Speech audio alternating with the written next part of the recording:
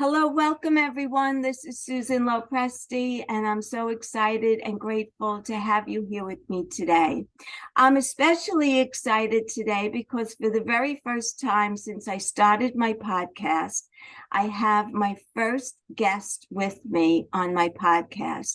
And Lori is someone who I met online through some mutual programs that we did together. And I find her very, very interesting. And I thought that you would really enjoy hearing from her. So I'm going to start by giving you a short bio about Lori and what she's all about. And then we're going to get right into it. So Lori Lehan is a Massachusetts-based spiritual medium, an angel card reader, Reiki master, and upcoming podcaster. Acclaimed for her work in spiritual mediumship and holistic healing, Lori's career has spanned over 15 years of training and a lifetime of empathetic knowing. Lori uses her passions and her abilities as a way to serve the community through personal messages rooted from spirit. She loves to make a difference in her work and is active in using guidance, patience, advice, and vulnerability as a starting point to help others begin to heal. Lori has had a knowing for as long as she can remember. Her intuitive abilities have continued to grow since childhood and became more acute after a neck injury from a car accident in 2007. It wasn't until midlife that she began to better understand and recognize the premonitions as being her purpose in life. She has trained with Reverend Rita Berkowitz, as well as attended numerous workshops with Tony Stockwell, John Holland, and Joe Shield. She has most recently trained with the renowned motivational speaker, Kathy Heller, and that's how I met Lori. Lori is the president of the First Spiritual Church in Quincy. She has served all of the New England spiritualist churches for many years. Lori is available for private and group readings via in-person or Zoom, as well as various spiritual fairs that are located in New England. You can also find her on Instagram. Check out her podcast, Whispers of Hope and Healing, coming soon to all streaming platforms. So without further ado, Lori, thank you so much for being here with me today. I'm so grateful to have you. And I'm very excited because you're my very first guest on my podcast.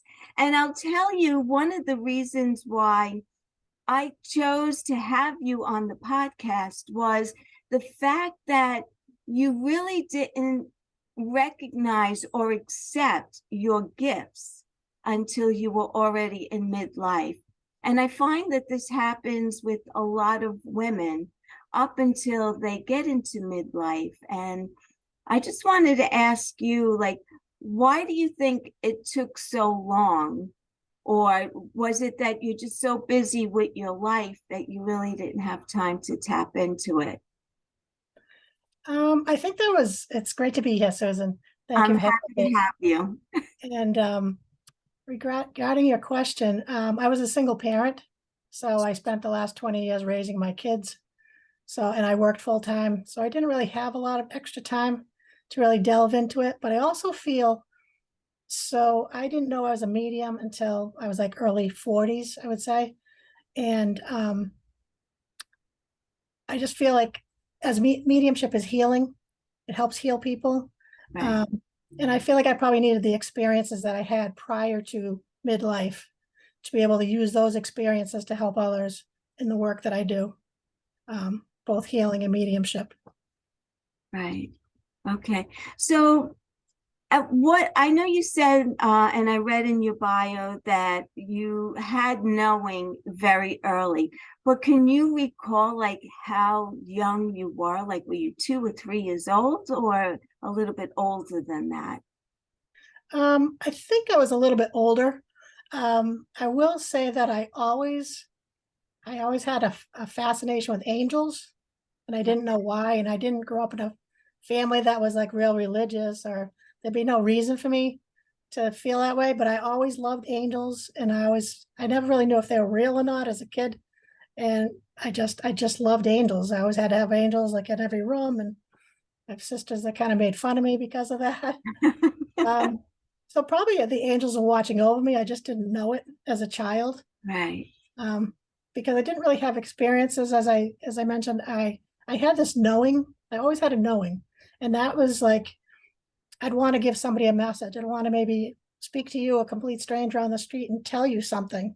And I didn't know why. And then I Oh, just thought I was kind of weird. So I shut down like probably my late teens, and it didn't come up again really until I realized that I was a medium. And the so medium, were those feelings like almost like an intuition that you would get in a way? yes, Like, I just want to tell that person whatever. yes, And so it wasn't a scary feeling for you. Like, you weren't frightened by these um no, feelings that you were having, were no, you? No. no. But the Okay. messages I realized later now as a medium that I was actually giving people messages from spirit. And when you receive those messages, it's like truthful information. So Yes. I remember being in college and one of my roommate's friends dating this guy that I just knew he wasn't good for her. And I'm trying to tell her he's not good for her. And of course she didn't want to hear that. So it was that kind of a knowing I'd get this intuitive Right. feeling like good or bad, and feel like I need almost like I need to warn people sometimes. Right. Right. But were you second guessing yourself? Like, would you say, I don't know, should I tell her that this guy is no good for her? Yes, Or wait, yes, yes. yeah, you were, right. Until you really got comfortable with the idea that you had something that was real and not just your imagination, I guess. Because Yeah, I would second guess my thoughts, yeah. like that. I know that. But I did second guess it then at that time. Yeah. It wasn't until I was older, midlife, like I said, and got into realized I was a medium. But even when I had that knowing, you've asked like, um, I'd get synchronicities. Right. If you know what a synchronicity is, like you're thinking about, should I do this? And the truck drives by that says, just do it. Yeah. Or you're thinking about something, somebody, and then you see a license plate and that the numbers or letters relate to the person you're thinking about. Yeah. Like that used to happen to me all the time. Yeah. I had the one time when ATMs were new, the kiosks out in like a parking lot. Like Yes. Bank of America was like one of the first ones in our area that had those. And I remember I was driving to go get money out of the machine, and I cut my finger in the car. It was just a paper cut, but it was enough that I was thinking, I wish I had a Band-Aid. And I know I didn't have any Band-Aids with me. I got to the kiosk and I went to put my card in. And as I put the card in, the frame around where you put your card in, there Yeah. was a tiny little shelf, like an inch wide. And right there was a Band-Aid in the sterilized package. And so I was like, this is crazy. And That, those things like happen to me all the time. oh my God, that's so crazy. Like someone heard you and placed it there. Yes. There you showed up. Yep. So those were like your signs, even as a kid. Like, were you hearing distinct voices, or was it just like this feeling of knowing, like, that I want to tell this lady whatever? Or did you actually hear a voice or see a vision of some kind? Did you do any? No, No. no. More it was intuitive. It was more Yeah. intuitive. But my grandmother lived next door to us. We lived in a duplex growing up. And my grandmother used to have premonitions and that things would happen. Like she had a dream one night that she was seeing a fire, and she got up in the morning, early in the morning, and she looked out, and my brother had a tree house in the backyard and it was on fire because they had Wow. been playing with matches. Wow. Yeah. So she used to have premonitions, and it actually runs on my mother's side of the family. And once I learned that I was a medium, then my mother opened up to me and told me, she said that sometimes she'd feel somebody tapping on her shoulder in the morning to wake up. And she always felt it was her father that was there. But Wow. prior to that, like nobody in the family, I feel like the black sheep, like no one else is into this, just me. Right. Right. Do they see you as like weird, your family, in a way? Probably. No, because if someone doesn't believe, like they think Mhm. like, oh yeah, she's. Yeah, I'm sure. Well, yeah, I'm They sure. don't say it to your face anyway, right? Either get the blank stare or, Right, but I right, feel like I just keep talking. I don't care. I don't care what people think. It's like, this is who I right, am. Why I have this gift, I don't know. There's a reason I have it. I feel like it's meant for me to go out and do my healing work. And right. both my parents have passed in the last 5 years. My father passed 5 years ago. My mother, it'll be 2 years in a couple days. And when they each passed, there was all kinds of signs that came that my siblings couldn't deny. So, Oh, my father sent ladybugs. Like the moment he passed, he died at home, walked in the kitchen, there was a ladybug on the light. And then, each one of the siblings would message me saying there was ladybugs all over the place. wow. So, and that day, we didn't know he was going to pass that day. I had been out apple picking with my kids, and my daughter was very close to my father. And we were out in the orchard, and all of a sudden a ladybug landed on her hand, and she said, "Oh, it's Grampy. It's a sign from Grampy." And then we had no idea, like I said, that he was sick enough to pass. And a couple hours later, my mother messaged me and said, "You better come. Your father's not doing well." Oh, wow. So he kept sending those ladybugs. And even a few weeks later, I worked in the computer field. We had training from this outside vendor who Yeah. came in, and he had all these PowerPoint slides. And on the edges of all the PowerPoint slides were ladybugs. I couldn't believe it. I was like, ladybugs everywhere. So, That's crazy. I don't know. I think I might have told you the story when we spoke the last time, but when my dad passed, he was very sick, and I went to sleep that night. I was sleeping in the living room, mhm, and I felt this wind come over my head, and it actually woke me up. And I smelled his cologne because he used to mhm, always wear Old Spice. yeah, And I woke up and I looked to see like if the windows were open, like why did I get this breeze? But how would I explain the smell of Old Spice? I mean, there were no men in my apartment. It was me and yeah, my daughter, and yeah. we were both asleep. She was in the other room, and I was sleeping on the sofa in the living room. And I absolutely know, I Mhm, mean, that was him, that he came and either wanted me to know that he was okay yep, or some, I don't really know what the message was, but I clearly know that he was there. And I don't think that I have that knowing. And I'm going to ask you about that in a moment. But another time that he came to me in a dream mhm, was when I was in the process of getting divorced. And I had this dream that my ex-husband was in front of me and we were crossing like a major highway, let's say. mhm, It's called Queens Boulevard in New York, but it's a major highway.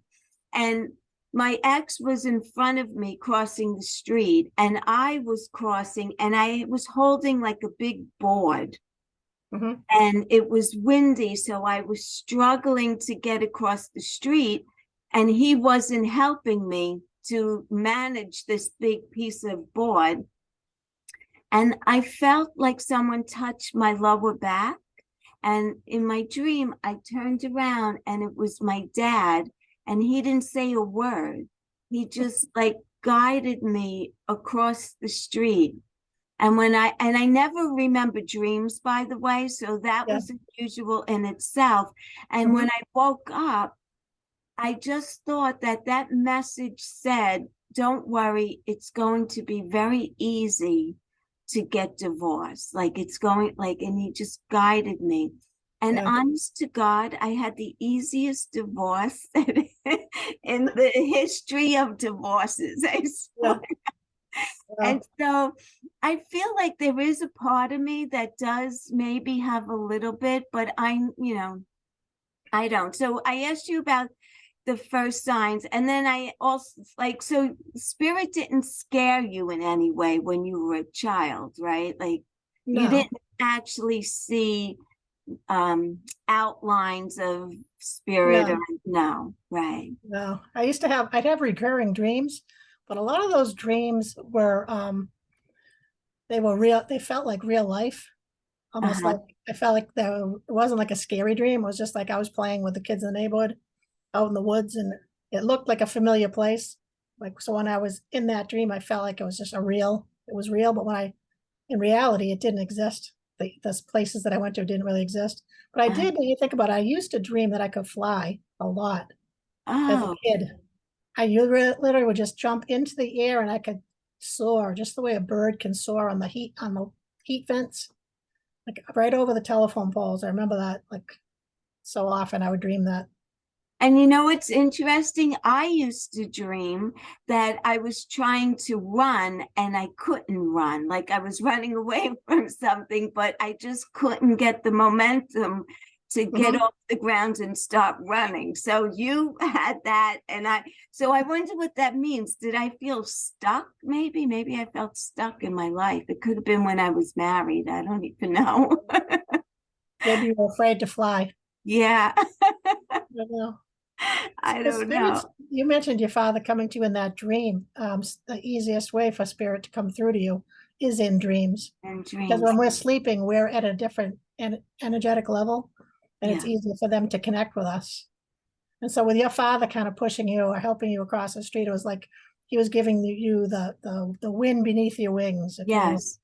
to get through that process. And he came through to let you know that really is you say it's a dream, but it really is him coming through in a I visit felt that it was. and I letting felt you that it know was. that he's helping you get there Yes. safely. Yes. That was his message to you in that. Yes. Yeah. So even if someone doesn't have the ability, you still are able, because clearly I was able to get that message.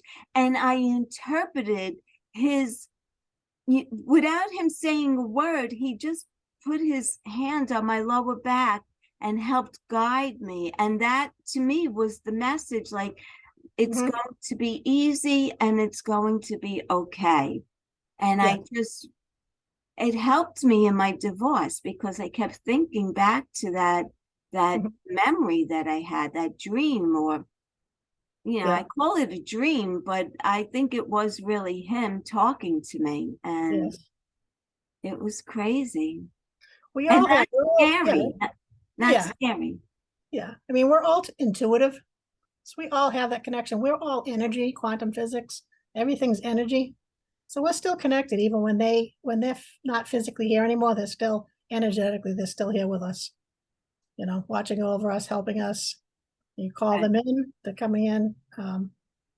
Sometimes people say, I don't see signs, but the signs are always there. It's looking, noticing. Sometimes they're very subtle, sometimes they're blaring, Right. you know. So if we're all energy, I mean, I'm a Reiki healer also, so I know about energy, but Um, so can anyone really develop this skill? Like if I wanted to be a medium, is there a way for me to open up these channels to receive, or it Yes. has, there is? Yeah, I think so. Yeah. I actually teach mediumship, the beginner level. So it's Oh, fascinating to see someone that says, I've never done this once. And they do a reading. They can do a reading that's, yes, it might not be lots of detail, but they get some of the basic information and it's phenomenal to see it. It's amazing. So now do you do that virtually, that teaching, like on Zoom or anything? I'm going to be setting up a class on Zoom soon, very soon. Oh, Um, oh, that's it'll be great. put on my I, website. Yeah. I'd like to Uh, put that on my blog, to on my podcast so that people know about that. okay. Yeah, that'd be Yeah, great. very cool. Yeah. So you Um, feel that anyone could really tap into that? oh yes, definitely. The first thing would be to do meditation. Because when you meditate, well, if you sit in the power, it's called sitting in the power. Yeah, That charges basically your spiritual battery. And you're connecting when you sit in the power, you're connecting to source, the highest power. to God, whatever it is you call that. And you're energizing yourself, but then also doing meditations, guided meditations where you can connect with what we call communicators, which is the people that are in spirit. There's tons and tons on YouTube, all kinds of meditations that you can do. And if you meditate every day, you will start to have a shift and feel the presence of spirit. Because when I learned Reiki, my Reiki teacher would say, you should meditate every day. And when I did that, I had so many, I still didn't really know I was a medium. I had so many visits from spiritual. I'd feel like someone's standing next to my bed. I'd feel like, and my teacher would say, oh, invite your guides to come with you, go shopping and this and that. So one night I said, if someone's here, show me a sign. And I got into bed and I was facing in towards the middle of the bed. And Yeah. within 30 seconds, somebody tapped me on the shoulder. And that scared me because I was like, oh, okay. You can be here. Don't touch me again. Keep So your afraid. hands to yourself. Yeah. Yeah. Do you have any idea who that could have been? Was it like maybe someone, an ancestor of yours or anything? Probably No, was. Or it was my grandfather, but I didn't ask at the time. right. That's the other thing is if you feel like there's somebody around you, people say, oh, I felt like there was a woman in my house or wherever. Ask who it is. Just say, who are you? Why are you here? And see if you get any information back, if you get any kind of a telepathic knowing Yeah, what yeah. they're doing. My daughter has had that experience. She Mhm. has an uncle of hers who passed away young. And she told me one night, I wasn't home, and she told me that she saw a shadow on the wall. And then the shadow like peeked into her room.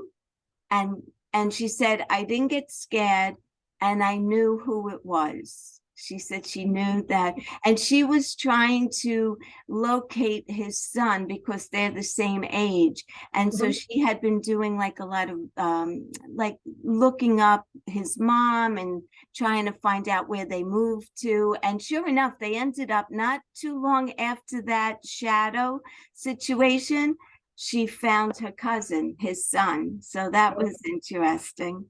Yeah. Yeah. It's funny So that she said she wasn't afraid too. she wasn't.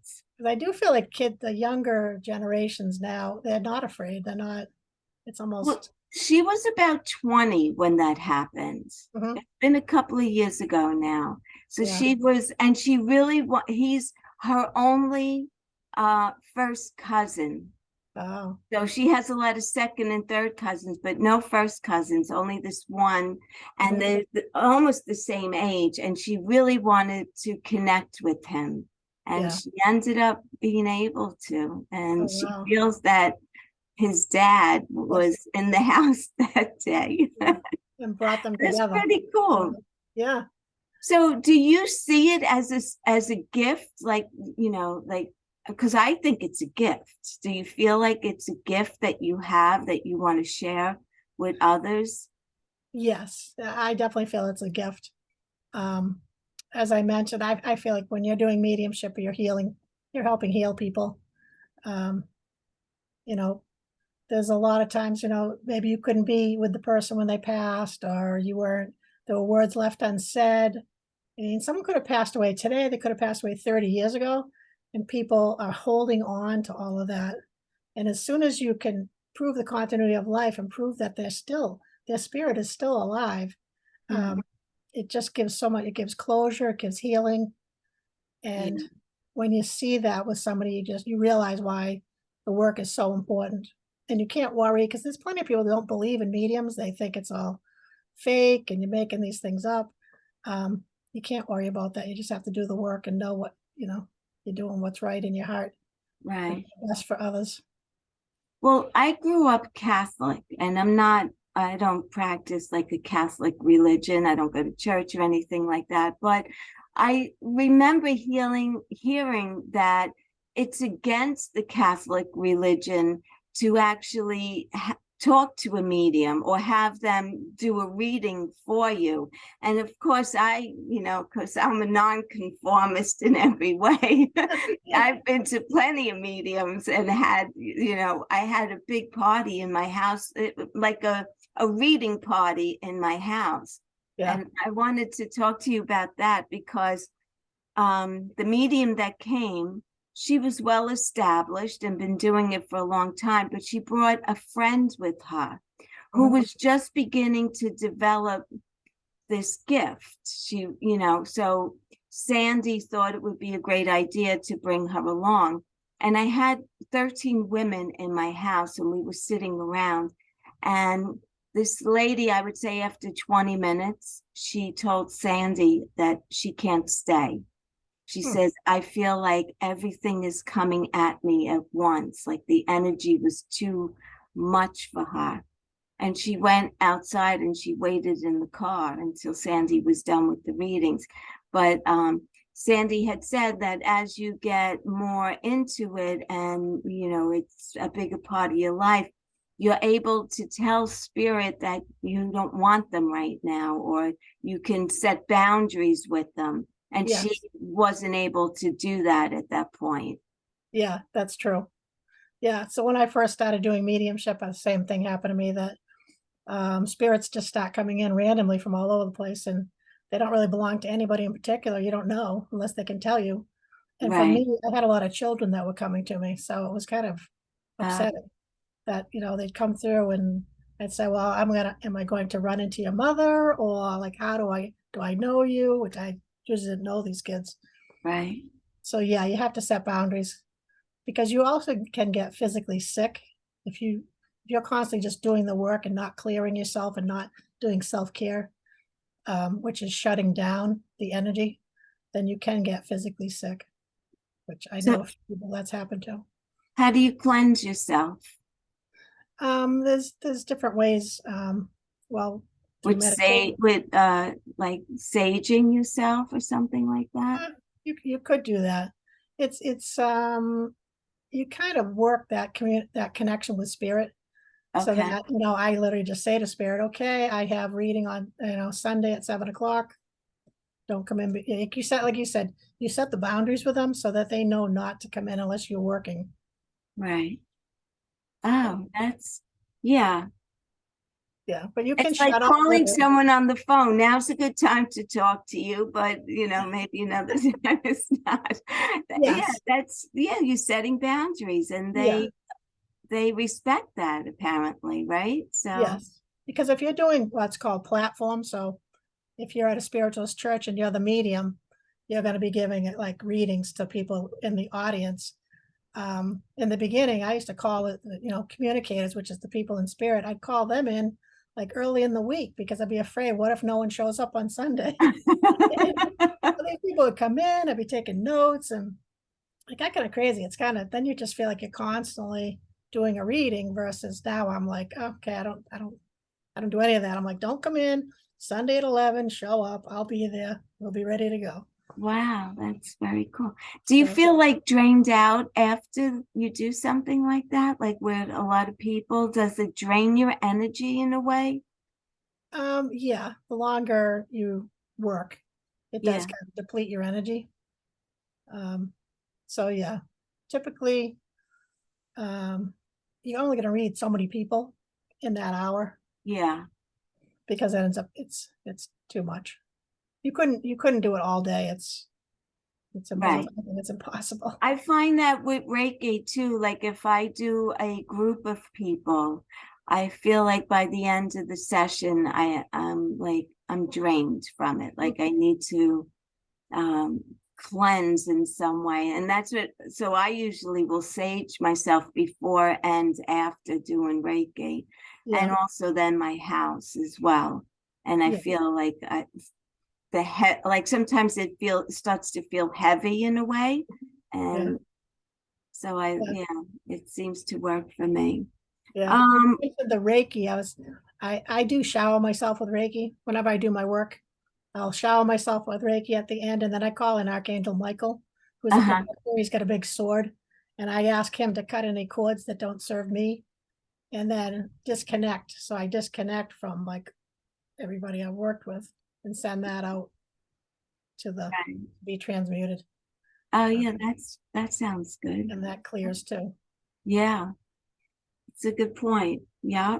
Um, so you did say that you believe that we all have the capability to tap into spirit.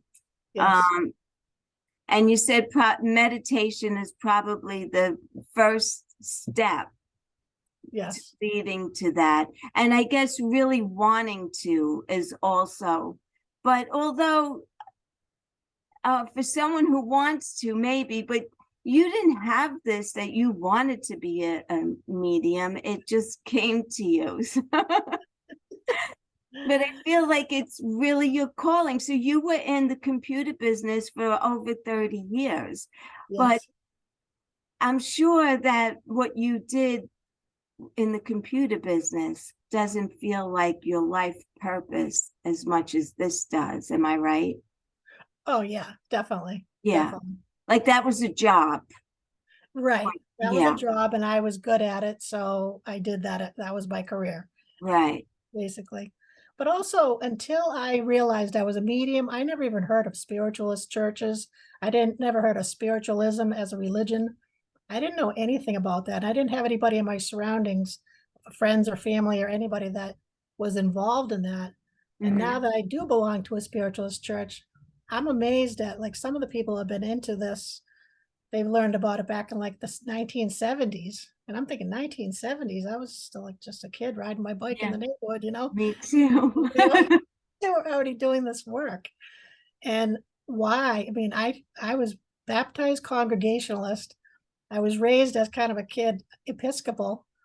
And then as an adult, once I went to college, there was always a Catholic church on campus. And then when I got married, I converted to Catholicism, but none of those religions ever, I never felt right about any of them. I'm like, I don't know. I just don't believe. I don't believe in confession. God's up No, within us. You know, they know what we're doing every second of every breath we take. I don't need to right. tell somebody what I did. And you know, spiritualism is a religion of personal responsibility, which means, you know, always to be nice to people, you know, have that integrity Right. Yeah. versus going out and doing things you shouldn't be doing and then getting, you know, saying some prayers and then it's Yeah. people And you're next week. absolved and it's good. Yes, Okay. yes, Now you could receive communion, they will tell you. right. But, I was never, I mean, I went through, I received communion, I did confirmation, I was baptized. So, and I did the same for my daughter. I brought her up as Catholic, but yeah, I feel like there's more to religion than going there. It's about who you are as a person and how you treat people. Mhm. And I don't feel that I ever need to go to confession because I don't do anything that's bad that I need a priest to forgive me for that. So, Right. and that's why my father always said that I was a nonconformist, and I am. Yeah. But yeah, I find it very, very interesting. And I mean, I believe in it wholeheartedly because the messages that I've gotten from mediums that I've gone to who they would not know some of the things that they told me. There's no Mhm. way they would know, Yeah. so I find that interesting. So what else did I want to ask you? So how has it changed your life? Um, it's changed. My life is like, I don't want to say like a 360, but it's very different than it was prior to me learning um, that I was a medium. I've always done volunteer work and, you know, pretty much my whole life. I've always liked to help people and make a difference for other people. And I learned that cancer patients were receiving Reiki for pain management. And so I always wanted to learn Reiki. I didn't really know that much about it, but I said, I want to learn Reiki. Yeah. And then once I learned Reiki and I put my hands on people, I was getting visions. And the visions turned out to be people in spirit. And it was around the time that Natalie Holloway disappeared in Oh, Aruba, yes. high school girl. It was probably a couple of weeks after that, there was a Reiki share, and a Reiki share people that are attuned to Reiki get together and practice on each other. And I was working on this guy, and I saw this beautiful girl with the long blonde hair, and I kind of joked with him. 'Cause I didn't know what I was doing. I'm like, "Oh, you're gonna meet somebody? Do you know this person?" And he didn't know, but after, like, later, I realized I think that was Natalie Holloway. Because Wow. then the next person I worked on was a woman, and I said, "Oh, you feel very airy." And she said she does astral travel, which is you can travel. That's something, a whole other topic. But when I put my hands on her, I was seeing an island, I was seeing a windmill, I was seeing a beach with really long, skinny boats. And in Aruba, there's a windmill restaurant, and they do have those like long, thin boats that you'd see in the islands. And so I think that was all part of, she was probably trying to show me things on the island or some type Yeah. of information to me. I'm not sure. But yeah, so then after that, I always followed Sylvia Brown. I loved her. Yes.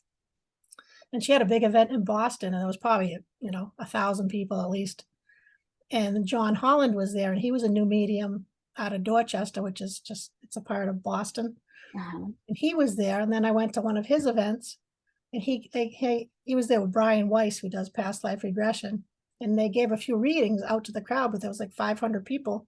He said, if you don't get a reading today, there's plenty of spiritualist churches in the area. And he started naming them. And he named Rita Berkowitz, who was sitting right behind me.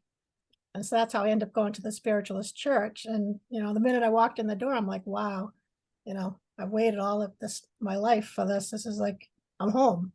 And I I was early 40s. I would say like maybe 42. Wow. So, So this is crazy, but I've never heard of a spiritualist church. yeah. So they're very common over in England. They're like one on every corner. But here Really? there's less. In Massachusetts, we have about 6 or 7, I would say. Is that Yeah. what you would Google? Like if I want, so I live in Queens, New York. I would Yes. Google where is there a spiritualist church near Yes. me? Yes. And so what makes it like obviously it's not like the Catholic Church where there's, you sit, you stand, you kneel, you I'm So, interested in that. I never heard of that before. oh yeah. Um, so basically the services typically are about an hour and a half. In the beginning, we do healing. We do hands-on healing. So you Uh-huh. can come and sit and have healing.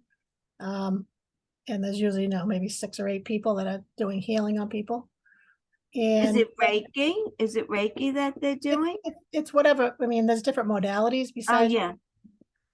So it's whatever healing modality that they're attuned to. Yes. Um, so that you can get the healing, and then there's a medium at every service, and the medium does the lecture or the address, we call it. And they talk about something inspirational that's usually related with this. We have the principles.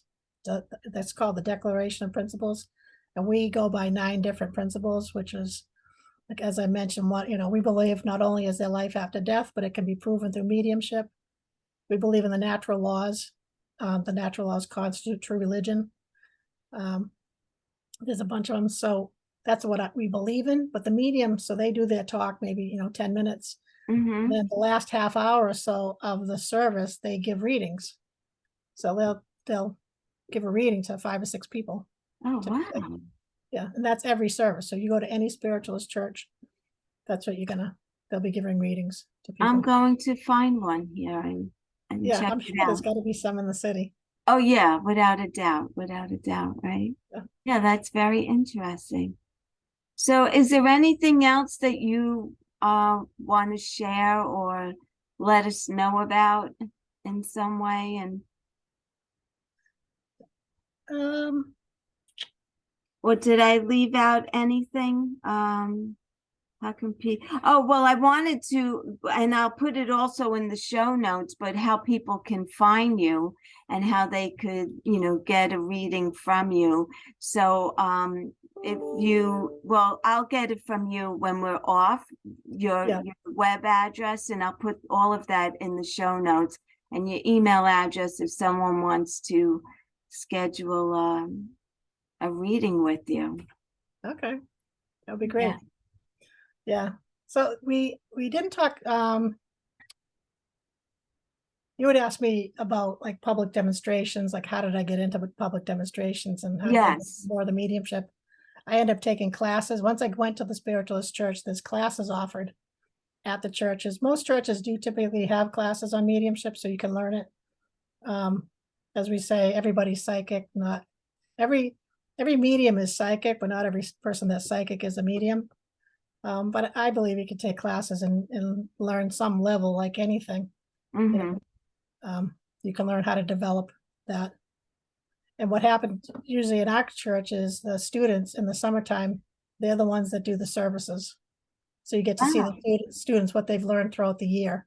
oh, wow. And that was how I ended up doing public demonstrations, because I was asked to serve at one of the services. And again, as you mentioned, like the spirits just start coming in unless you learn to control and put Yes. boundaries around it. And so the first time I served, I was really nervous. And so I called in a spirit for somebody in at the church. And this I saw in my mind, I could see this little old man walking up the aisle of the church, kind of hunched over with a cane. And I said to him, "Who are you here for?" He says, "My daughter." And I said, "Well, you going to sit on the left side or the right side of the church?" He said, "The left side." "Or will she be on the left or right?" He said, "Left." I said, "What does she look like?" And he showed me the color purple. And I Uh-huh. looked around, there was nobody in the church really, like 5 people. Nobody had purple on. I said, "Oh boy, I'm in trouble." And so he kept giving me more information. He was showing me what he did when he was younger. And like a minute before the service started, there's a woman walk in with a purple shirt and sits on the left side. And she sat, it's not a very big church where I am. It's about holds about 50 people. And she Uh-huh. sat in the very last row. So to this day, I have no idea who she was. But when it was my turn to get up and give a message, most students usually go indirect, which means they just call in a spirit and then they describe it and hope someone in the audience knows who that is. Okay. If it's direct, I say, "Can I come specifically to you and give you a message?" And when I selected her, I said, "Can I come to you?" The woman in the back, everybody was turning around like, who is she going to? But it was accurate. It was the woman's father, and he gave me so much information that it was all credible. He was a Wow. draftsman. I don't know why. I'm surprised I remember the information, because when you do mediumship, you usually don't remember what you tell people, because Oh, you really? it's not like your brain speaking, it's spirit speaking through you. Yes. Yeah. But he loved the Red Sox. They used to go to the ocean when she was a kid, all that kind of stuff. So it was pretty incredible. Wow. Yeah. Wow. So do you have a message for me? So it's funny, you were talking about your father earlier, and I could see him step in. And I feel like he comes in with a woman as well, and the woman's got curly hair. I feel like they're both older. The woman, I don't feel like it's his wife. I feel more like an aunt to you. Yeah.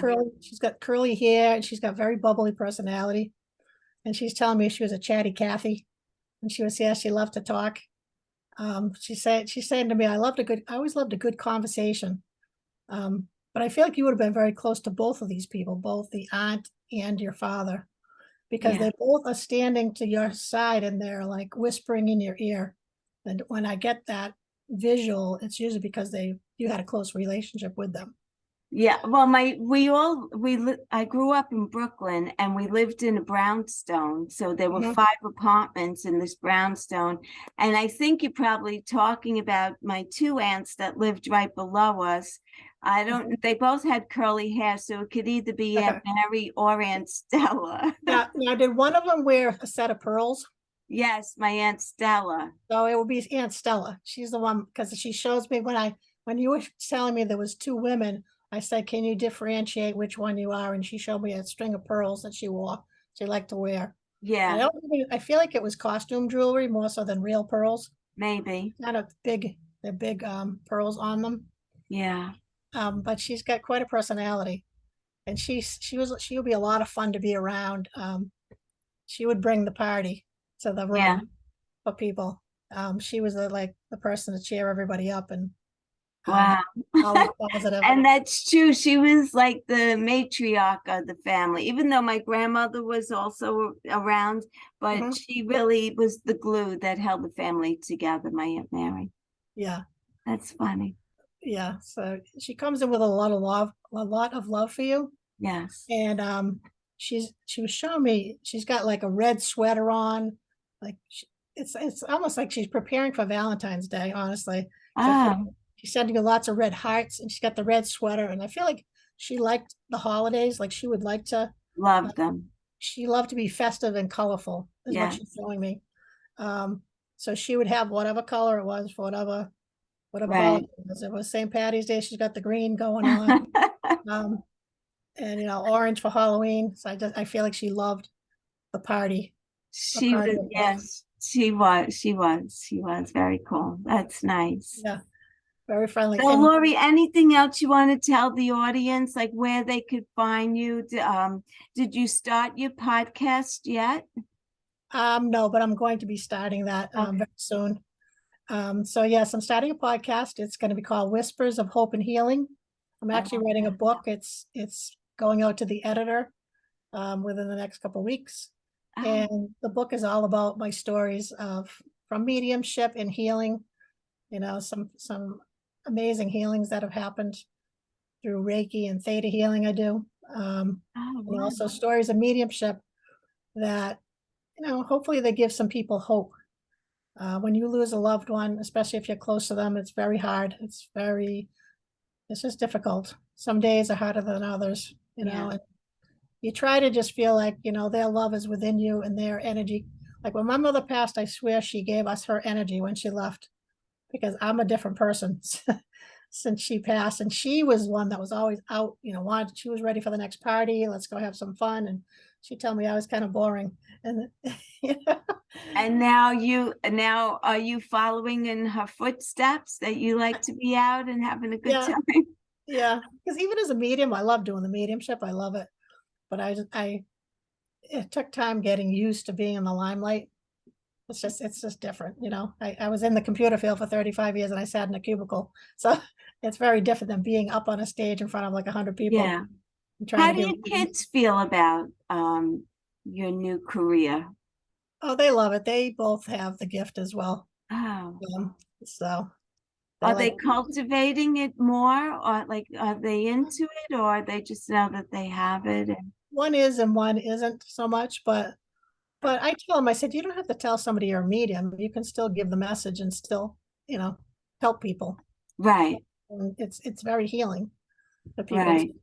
I mean, you could have someone come in through spirit and they're telling you whatever, and you could share that generically to somebody without, I would never walk up to a random stranger on the street and be like, hey, I've so and so with you. I just don't think that's right. Right, right. You know, but you could give Like a, Teresa Caputo, she's yeah, from New York. Yeah. yeah, I yeah, used to watch her show all the time. And yeah, I she did would too. do that. She would be in the butcher or the supermarket and would tap someone on the shoulder and give them a reading. Yes, Yeah, she was cool. I don't see her around that much anymore, but I know she is still around, but I don't yeah, think her television show is on any longer. Who yeah. knows? Maybe that'll be your next journey after you publish your book. There we go. You never know, right, Lori? Yep, yep. I'm looking So forward to it and, helping make a difference for people. yes, I love it. I absolutely love it. And I'm so happy that you were able to make, to my podcast, and you're my very first guest. And I'm really excited about that. And I hope that everyone who's listening has enjoyed this podcast. I want to thank you, Lori, for taking the time. And I will put all your information where people can find you. I'll get your Instagram handle, your email, your website, and I'll put it in the show notes. Okay, And great. I thank you so appreciate it. much for joining me here today. I really appreciate it. Thank you, Susan. Thanks for having Okay, me. you're welcome. We'll talk soon. Yes. Okay, take care now. Bye. Many blessings. Same here.